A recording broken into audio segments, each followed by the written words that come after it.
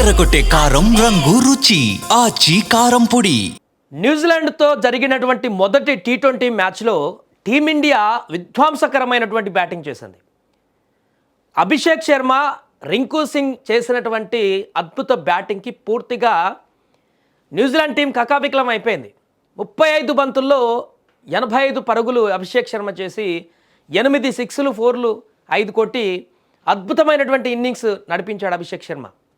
వచ్చే నెలలో T20 world cup జరగబోతున్న సమయానికి ముందే అభిషేక్ శర్మ ఫామ్లోకి రావడం, ఓపెనింగ్ బ్యాట్స్మెన్గా ఆ పొజిషన్లో తన సత్తా ఏంటో మరొకసారి చూపించడం అనేది ఇక్కడ క్రికెట్ అభిమానులందరికీ కూడా చాలా ఒక పాజిటివ్ వైబ్రేషన్ ఇచ్చిందని చెప్పొచ్చు.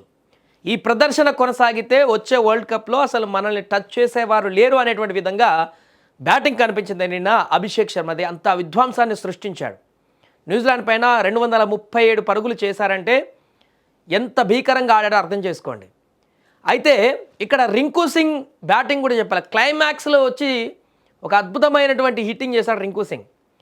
ఇప్పుడు రింకు సింగ్ మీద కూడా సోషల్ మీడియాలో మంచి ట్రెండింగ్గా మారింది ఆయన టాపిక్ కూడా. ఎందుకంటే ఇలాంటి అద్భుతమైనటువంటి ఈయనది కూడా 220 స్ట్రైక్ రేట్తో బ్యాటింగ్ చేశారు, గుర్తుపెట్టుకోండి.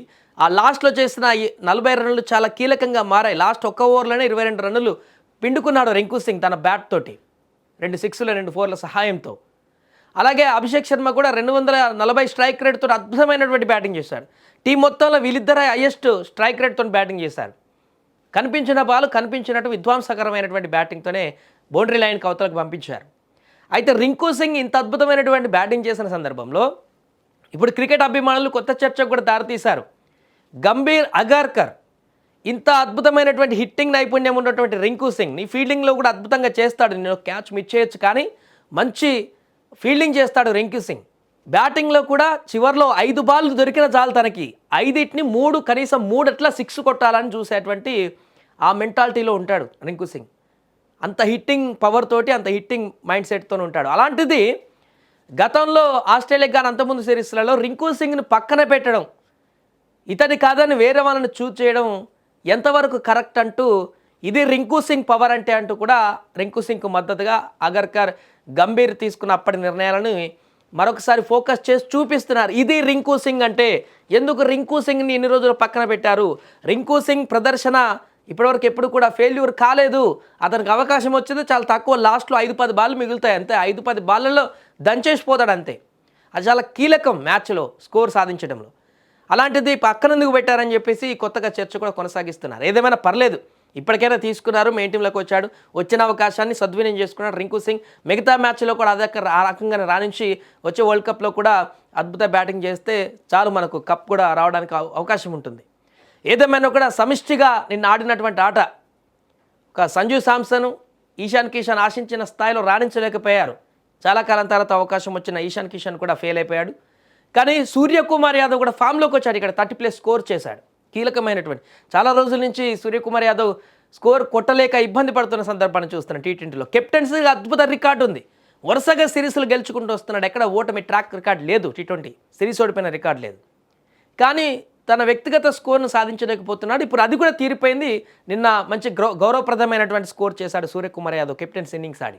ఇలా అందరూ కూడా ఒక లైన్లోకి రావడము, ఓపెనింగ్స్ ఆ సంజు శాంసన్, ఈశాన్ కిషన్ కూడా ఒక లైన్లోకి వస్తే ఇక సెట్ అయిపోద్ది. బట్ 100 రావటం అంటే అన్ని సందర్భాల్లో కాదు. కాబట్టి వచ్చిన అవకాశాన్ని ప్రతి ఒక్కరు సద్వినియోగం చేసుకున్నారు. నిన్న అభిషేక్ శర్మ కానీ, సూర్యకుమార్ యాదవ్ కానీ, రింకు సింగ్ కానీ, హార్దిక్ పాండ్యా కూడా ఉన్నంతసేపు మెరిపించి వెళ్ళిపోయాడు.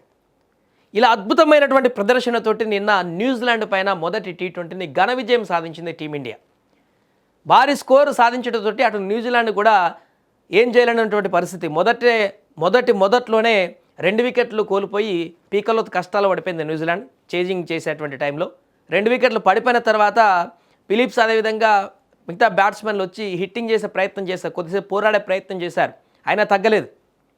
కానీ అద్భుతమైనటువంటి ఫీల్డింగ్, బౌలింగ్ తోటి 180 ఆ పైన స్కోర్ వరకే కట్టడి చేసి న్యూజిలాండ్ని భారీ విజయాన్ని సాధించింది టీమిండియా. దీంతో టీ20 సిరీస్లో ఒక మ్యాచ్ని గెలిచి ఒక అడుగు ముందడుగు వేసింది. వన్డే సిరీస్ ఓడిపోయిన దానికి రివెంజ్ తీర్చుకోవడానికి ఇప్పుడు టీమిండియా సిద్ధమైపోయింది. టీ20 సిరీస్నైనా ఇప్పుడు సిరీస్ గెలవడం కాదు, దీన్ని క్లీన్ స్వీప్ చేయాలి, వైట్ వాష్ చేయాలి న్యూజిలాండ్ అనేటువంటి కసి అభిమానుల్లో కనిపిస్తుంది. క్రికెటర్లో కూడా అదే కనిపిస్తుంది మనకు. అంతా యువకులు ఉన్నారు, మంచిగా అద్భుతంగా హిట్ చేస్తున్నారు. ప్రతి బాల్ని కూడా దంచి కొట్టి మనం మ్యాచ్ గెలవాల్సినంత కసిగా వాళ్ళ ప్రదర్శన కనిపించింది. ఇదే రకమైన ప్రదర్శన మిగతా 2 మ్యాచ్ల్లో కూడా ఉండి న్యూజిలాండ్ T20 సిరీస్ న్యూజిలాండ్ తోటి దీన్ని క్లీన్ స్వీప్ చేసి వన్డే సిరీస్ అప్పుడు టెస్ట్ ఓడిపోయినాం, మొన్న వన్డే ఓడిపోయినాం. వన్డే ఓడిపోవడం పైన విమర్శలు కూడా వచ్చాయి కోచ్ పైన. కనీసం T20 సిరీస్ అనే ఆవేశం చేసుకుంటే ఎంతో కొంత అభిమానులకు కూడా కొంత సంతృప్తి మిగులుతుంది. అండ్ వచ్చేటువంటి T20 వరల్డ్ కప్కి ఒక మంచి బూస్టింగ్ ఉంటుంది, పాజిటివ్ వైబ్రేషన్గా ఉంటుంది.